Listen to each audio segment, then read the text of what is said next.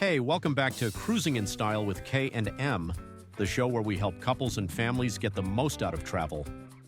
I'm Mark, and along with my wife Kim, we're here every week with real tips, honest advice, and the kind of insider knowledge that only comes from people who actually love to cruise. If you're watching on YouTube, hit that subscribe button right now and tap the bell so you never miss an episode. And if today's show helps you out, we'd love it if you'd give us a like and share it with a friend who loves to travel. It truly helps us grow. All right, let's get into it.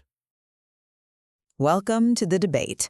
So, picture this. You are staring at a flashing screen. It is 11:30 p.m.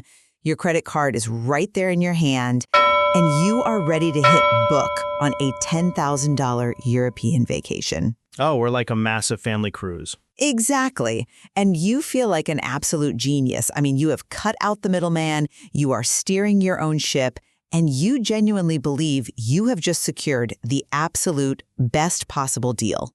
It is a great feeling. It is. But the question we have to ask today is, are you actually saving money, or are you just walking blindly into an incredibly opaque economic machine? Yeah, it is sort of the ultimate tension of the modern consumer age. I mean, the digital landscape has completely conditioned us to believe that disintermediation, removing the gatekeeper, inherently maximizes our value and our control. Precisely. So today, we are looking closely at the travel industry. We are asking whether the perceived autonomy of DIY online booking actually provides the best value and flexibility for the modern traveler. Right? Or conversely, whether the complex, high-stakes reality of travel logistics makes professional travel advisors absolutely essential for maximizing your financial value and protecting your trip. Right, and I will be arguing that direct-to-consumer technology has fundamentally democratized travel. In our current landscape, self-booking offers superior control, real-time adaptability, and, immediate access to dynamic last-minute promotions. Those systems heavily favor the informed, flexible, and budget-conscious traveler who just, does not want their choices filtered through a third party. And I look at this landscape and I honestly see a massive illusion.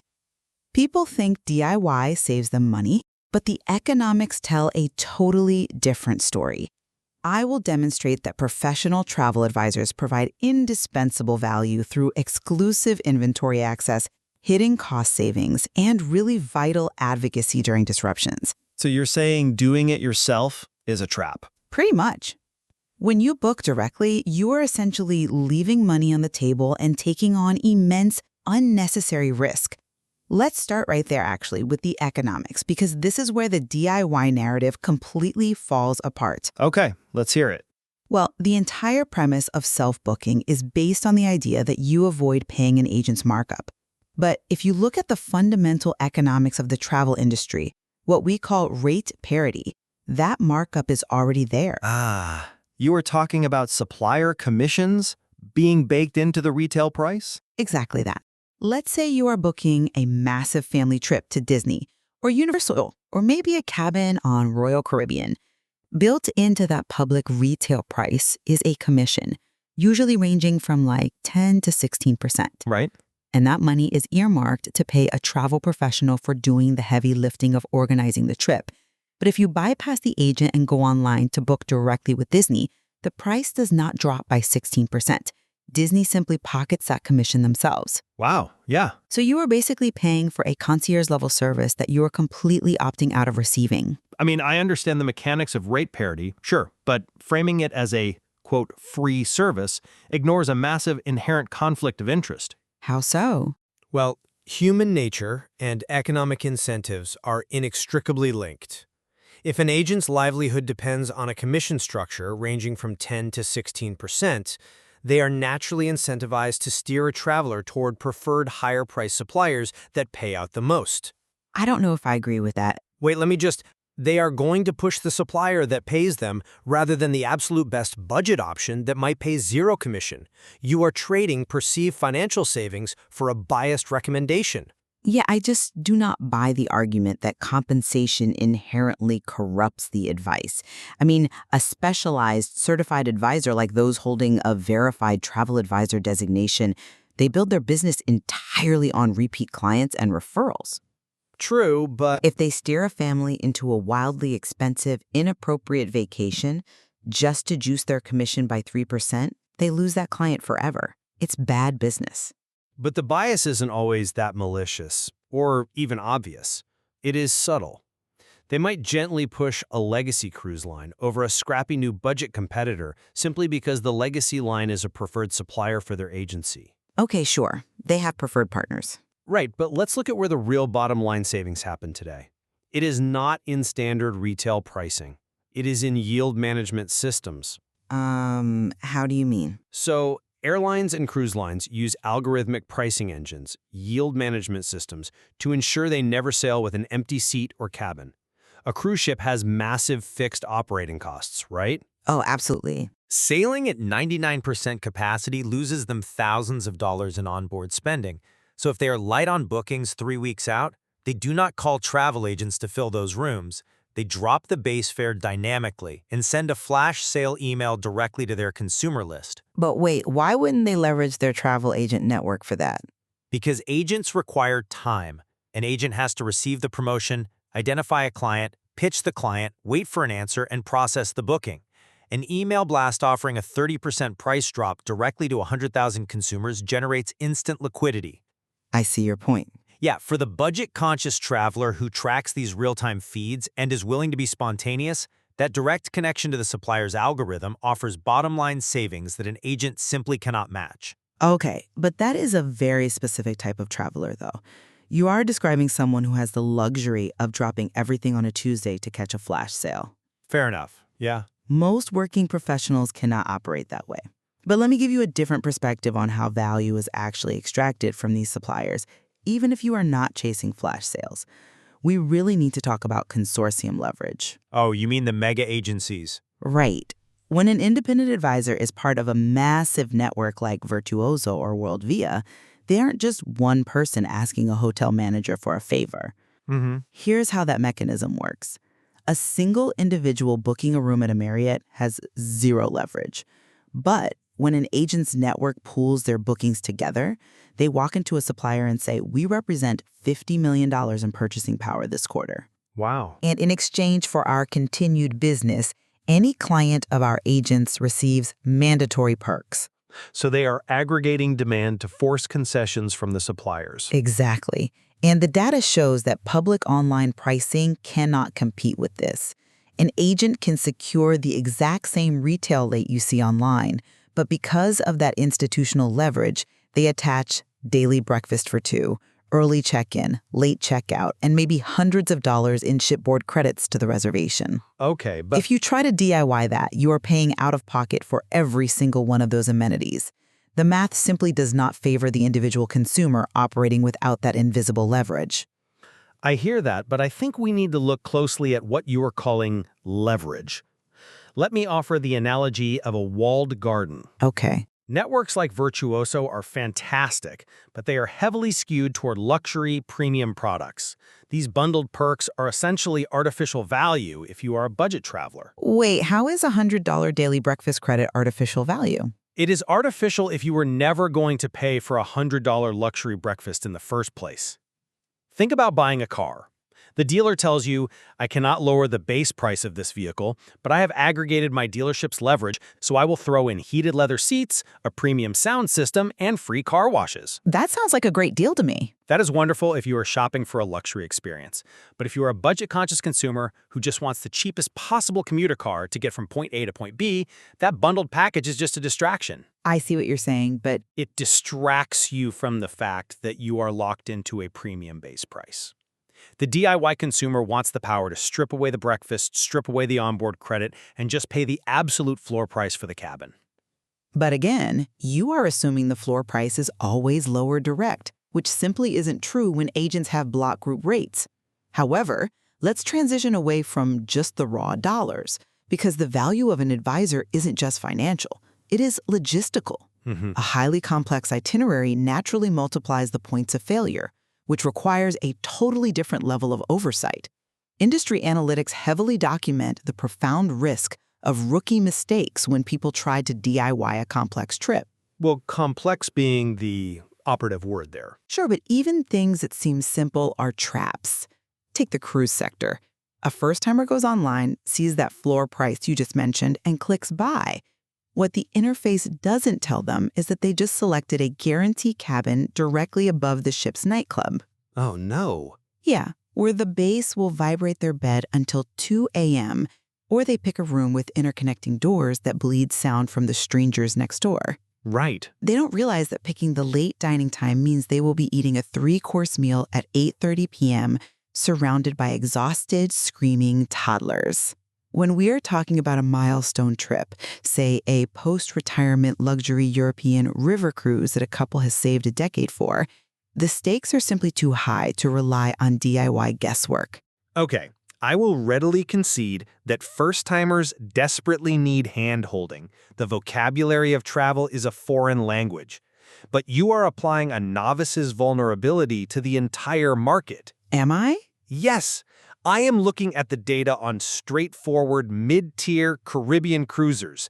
A standard 7-day sailing in a balcony cabin can easily be booked in 20 minutes online. Why insert an intermediary when a seasoned traveler might already know the ship's deck plan better than a generalist agent? Because a 20-minute booking doesn't account for the variables. But a seasoned traveler knows the variables.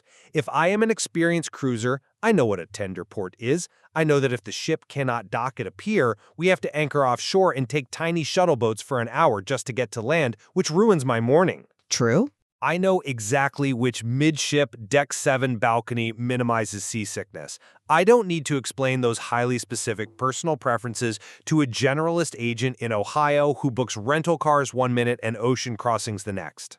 I just log in, select the room on the digital deck plan, and execute the transaction.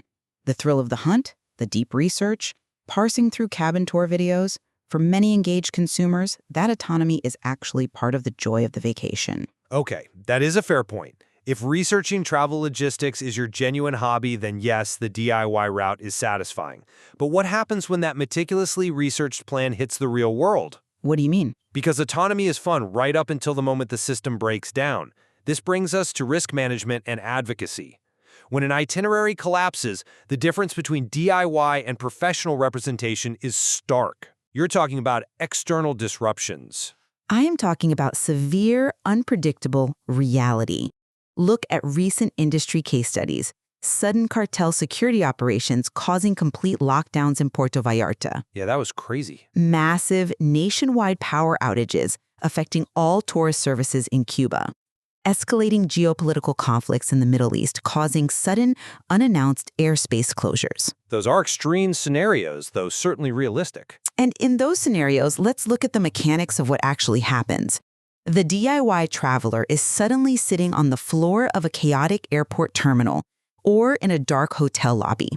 They're stuck in a customer service phone queue with 10,000 other panicked people, listening to hold music, desperately trying to decipher their supplier's cancellation policy on a smartphone screen. Right, it's a nightmare. Meanwhile, the client of a professional advisor isn't calling a 1-800 number. Their agent is already monitoring the disruption. The agent is pulling verified government and embassy advisories, parsing the fine print of the travel insurance policy, and leveraging back-channel industry contacts to secure one of the last remaining hotel rooms or seats on a rerouted flight. They provide a critical safety net. I mean, that is a highly romanticized view of what an agent can actually achieve during a crisis. Let me offer a different analogy here. The difference between a translator and a bodyguard. I completely disagree with where you are taking this, but explain the analogy. An agent is an excellent translator. They can read the supplier's labyrinthine terms and conditions, and they can translate those policies to a panicked client in plain English. But they are not a bodyguard. Meaning what? Meaning they cannot physically override the policy. If a cruise line's legal contract states that severe weather or localized political unrest does not warrant a cash refund, the agent cannot force the cruise line to issue one. Well, no, but It does not matter how many back-channel contacts they have, the algorithmic system governs the refund. The real risk here is that an uninformed client mistakenly assumes the agent is a protective shield who will automatically secure a refund that simply isn't covered by the terms. They might not be able to force a cash refund against the contract, but they are high-level negotiators. An agent pooling millions in volume can negotiate future cruise credits or secure exceptions based on their agency's relationship with the supplier's sales executives. A solo DIYer has zero leverage to ask for an exception. Perhaps. But how does an engaged DIYer actually have an advantage when an airline's global system melts down? It comes down to speed and singular focus. Speed? Yes, an agent during a massive disruption, say a global IT outage that grounds thousands of flights, is suddenly dealing with 50 stranded clients simultaneously across multiple time zones. The agent is a bottleneck. The engaged DIY traveler only has to worry about themselves. But they don't have the back-end booking systems. They have real-time digital feeds, airline apps, and embassy alerts directly on their phone. If a flight is canceled, the DIYer can make an autonomous, instantaneous decision. Right. They can rebook the last available seat on a competitor airline in 30 seconds while the agent is still checking their voicemail and trying to triage 50 panicking families. The digital age has given the consumer the exact same tools the agent uses, but without the latency of waiting for a third party to execute the command. I find that argument deeply flawed because it assumes the average traveler is calm, highly rational, and technologically sophisticated in the middle of a deeply stressful event. I think people can handle it. The psychology of panic is a real factor. When headlines start circulating about security operations or fuel shortages, people lose their minds. They react to sensationalized social media clips. They make irrational, expensive decisions out of fear. Well, sure, panic happens. An agent provides grounded emotional guidance. They stop the client from making a $5,000 mistake in a panic and provide a rational structure to evaluate the actual risk. I agree that emotional structure is valuable, but we must address the cost of that structure. We've talked a lot about, free services via commissions, but the reality is that many top-tier agents, especially the verified experts you mentioned, do charge fees. Yes, they do. Industry standards are evolving. For highly customized itineraries or ticket-only purchases that don't pay commissions, advisors often charge upfront planning fees, consultation fees, or rush fees for last-minute bookings. Which is entirely justified for the hours of specialized research required. Justified for the agent, absolutely. But for the budget-conscious consumer, it changes the math entirely. If you are booking the $1,500 weekend getaway, paying a $200 planning fee obliterates any value you might have gained from their expertise. I suppose that's fair. The consumer is forced to weigh whether the theoretical comfort of having an advisor on standby is worth paying a premium up front, especially when the vast majority of trips go perfectly smoothly without any cartel lockdowns or airspace closures. But that brings us right back to complexity. If you were booking a simple point-to-point flight, sure, do it yourself. But look at the sheer logistical nightmare of a modern theme park vacation. Oh, Disney. Yes, navigating the complexities of Disney's Genie Plus system or Universal's Express Pass, knowing exactly what time you have to wake up, which digital queue to join to ride a specific roller coaster, how to link magic bands across a family of 8.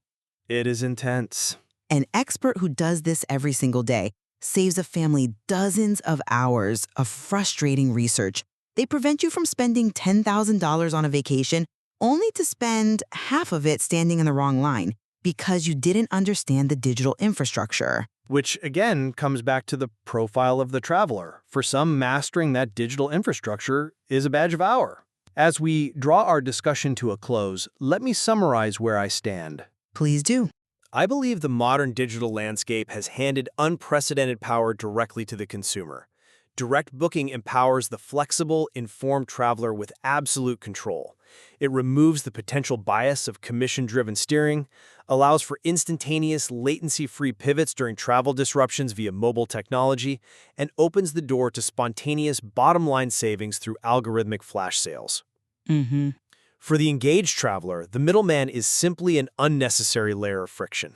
And I maintain that the hidden perks, the tangible cost savings generated by consortium leverage, and the vital crisis advocacy make professional travel advisors invaluable assets. The DIY narrative is a seductive illusion that often ignores the sheer complexity of modern travel logistics. Right. It leaves consumers vulnerable to costly rookie mistakes, leaves money on the table in the form of inaccessible VIP perks, and strands them without an advocate when the inevitable real-world disruptions occur. I think where we absolutely find convergence today is that the optimal strategy is deeply tethered to the complexity of the itinerary and the experience level of the traveler. Absolutely. A seasoned cruiser utilizing digital tools to book a familiar 3-day weekend route has profoundly different needs and risk tolerances than, say, a family planning a multi-generational, multi-country European expedition. Strategy. And as we look forward, the landscape is only going to become more complex.